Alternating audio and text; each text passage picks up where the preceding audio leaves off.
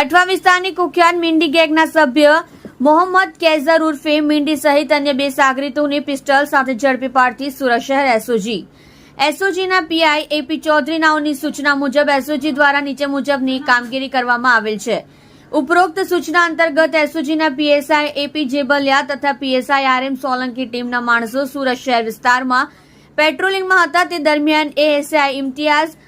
ફકરુ મોહમ્મદ તથા એચસી જગજીભાઈ શાંતિભાઈ નાઓને અઠવા વિસ્તારની મીંડી ગેંગના હાલમાં ગુજી સિટોકના ગુનામાં કોર્ટમાંથી જામીન મેળવી બહાર આવેલ કેઝર ઉર્ફે મીંડી તેના સાગરીતો સાથે પિસ્ટલ લઈ ફરી રહેલ છે। જે બાતમી આધારે ઉપરોક્ત ટીમના માણસોએ આજરોજ વહેલી સવારના લસકાણા પાટિયા રાધે ડેરી સામે જાહેરમાં રોડ ઉપર વોચ ગોઠવી ત્યાંથી પસાર થતી Hyundai Elantra car number GJ05 JE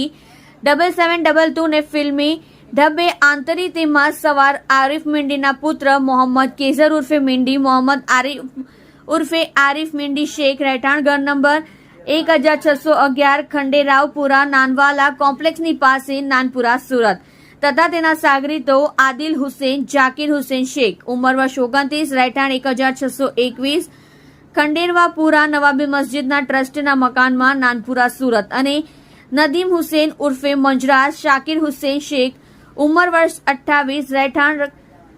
1621 ખંડેરવાપુરા નવાબી મસ્જિદના ટ્રસ્ટના મકાનમાં નાનપુરા સુરતવાળાને પકડી પાડી તેઓ પાસેથી ગેરકાયદેસર રીતે રાખેલ પિસ્ટલ નંબર 1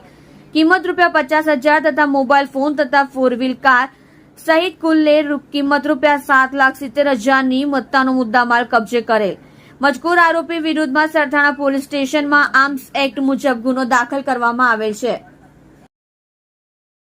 તમે જોઈ રહ્યા છો કેપી ન્યૂઝ ચેનલ રાહિલ શેખની સાથે।